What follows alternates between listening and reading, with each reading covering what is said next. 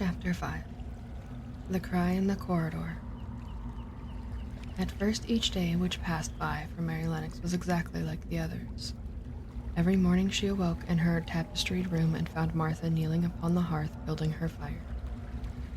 Every morning she ate her breakfast in the nursery, which had nothing amusing in it.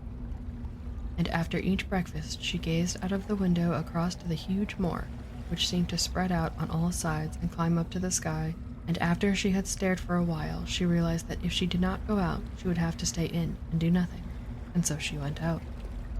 She did not know that this was the best thing she could have done, and she did not know that, when she began to walk quickly or even run along the paths and down the avenue, she was stirring her slow blood and making herself stronger by fighting with the wind which swept down from the moor. She ran only to make herself warm, and she hated the wind which rushed at her face and roared and held her back as if it were some giant she could not see.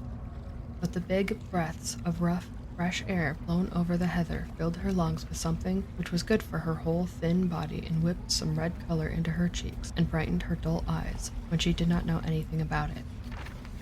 But after a few days spent almost entirely out of doors, she wakened one morning knowing what it was to be hungry, and when she sat down to her breakfast, she did not glance disdainfully at her porridge and push it away, but took up her spoon and began to eat it, and went on eating it until her bowl was empty. "They got on well enough with that this morning, didn't they?" said Martha. "It tastes nice today," said Mary, feeling a little surprised herself. "It's the air of the moor that's given thee stomach for the victuals," answered Martha. "It's lucky for thee that thou's got victuals as well as appetite. There's been 12 in our cottage as had the stomachs and nothing to put in it. You go on playing you out of doors every day, and you'll get some flesh on your bones, and you won't be so yeller." "I don't play," said Mary. "I have nothing to play with." "Nothing to play with?" exclaimed Martha. "Our children plays with sticks and stones. They just runs about and shouts and looks at things." Mary did not shout, but she looked at things. There was nothing else to do. She walked around and around the gardens and wandered about the paths in the park. Sometimes she looked for Ben Weatherstaff, but though several times she saw him at work, he was too busy to look at her or was too surly. Once, when she was walking toward him, he picked up his spade and turned away as if he did it on purpose. One place she went to oftener than any other. It was the long walk outside the gardens with the walls round them. There were bare flower beds on either side of it, and against the walls ivy grew thickly.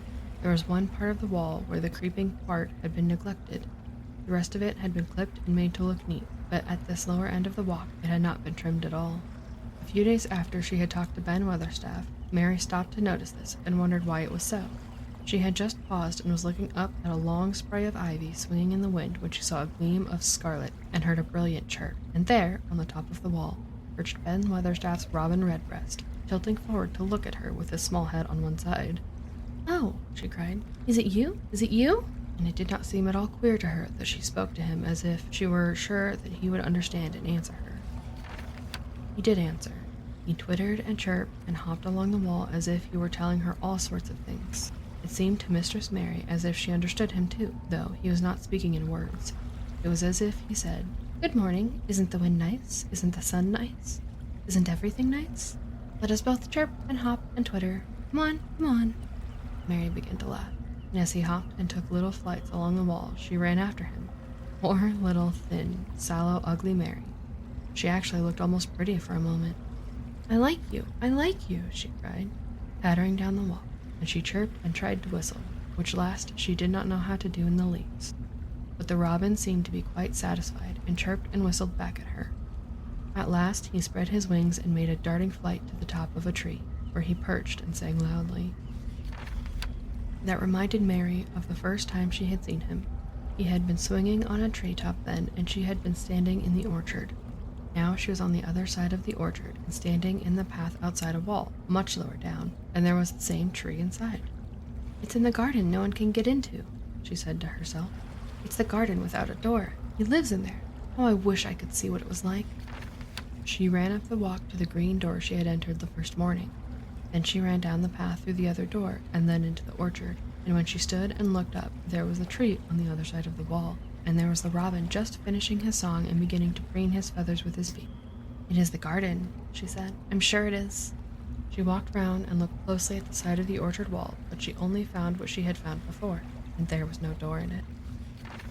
Then she ran through the kitchen gardens again and out into the walk outside the long ivy-covered wall, and she walked to the end of it and looked at it, but there was no door. And then she walked to the other end, looking again, but there was no door. "It's very queer," she said. "Ben Weatherstaff said there was no door, and there's no door. But there must have been one 10 years ago, because Mr. Craven buried the key."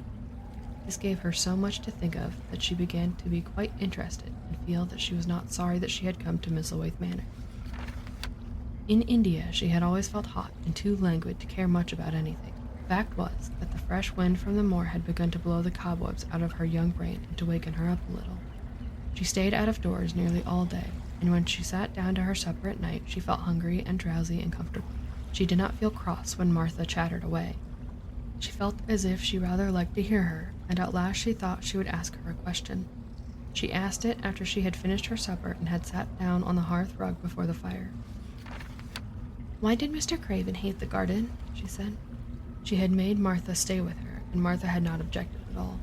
She was very young, and used to a crowded cottage full of brothers and sisters, and she found it dull in the great servants' hall downstairs, where the footmen and upper housemaids made fun of her Yorkshire speech, and looked upon her as a common little thing, and sat and whispered among themselves. Martha liked to talk, and the strange child who had lived in India and been waited upon by blacks was novelty enough to attract her. She sat down on the hearth herself without waiting to be asked. "Art thou thinking about the garden yet?" she said. "I knew thou would. That was just the way with me when I first heard about it." "Why did he hate it?" Mary persisted. Martha tucked her feet under her and made herself quite comfortable. "Listen to the wind wuthering around the house," she said. "You could bear stand up on the moor if you was out on it tonight." Mary did not know what wuthering meant until she listened, and then she understood. It must mean that hollow, shuddering sort of roar which rushed round and round the house, as if the giant no one could see were buffeting and beating at the walls and windows to try and break in. But one knew he could not get in, and somehow it made one feel very safe and warm inside a room with a red coal fire. "Well, why did he hate it so?" she asked, after she had listened. She intended to know if Martha did. Then Martha gave up her store of knowledge. "Mind," she said. "Miss Medlock said it's not to be talked about. There's lots of things in this place that's not to be talked over. That's Mr. Craven's orders. His troubles are none servant's business, he says, but for the gardens he wouldn't be like he is."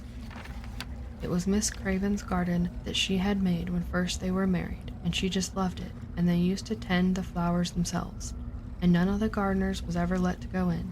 Him and her used to go in and shut the door and stay there hours and hours reading and talking, and she was just a bit of a girl, and there was an old tree with a branch bent like a seat on it, and she made roses grow over it, and she used to sit there. But one day when she was sitting there, the branch broke, and she fell on the ground and was hurt so bad the next day she died. The doctors thought he'd go out of his mind and die too. That's why he hates it. No one's never gone in since, and he won't let anyone talk about it.